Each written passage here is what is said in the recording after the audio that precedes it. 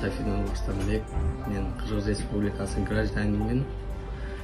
Мен ушул элчиликке келгенлем.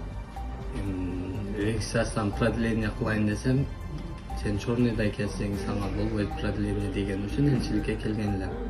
Келсем мага ушинтип Галиева деген эже мага жардам берди. Чтобы мен тактап, уточнить этип, МВДга жөнөтүп справка, чтобы мен Чорныйда эмес экенин деп справка мага алып берди.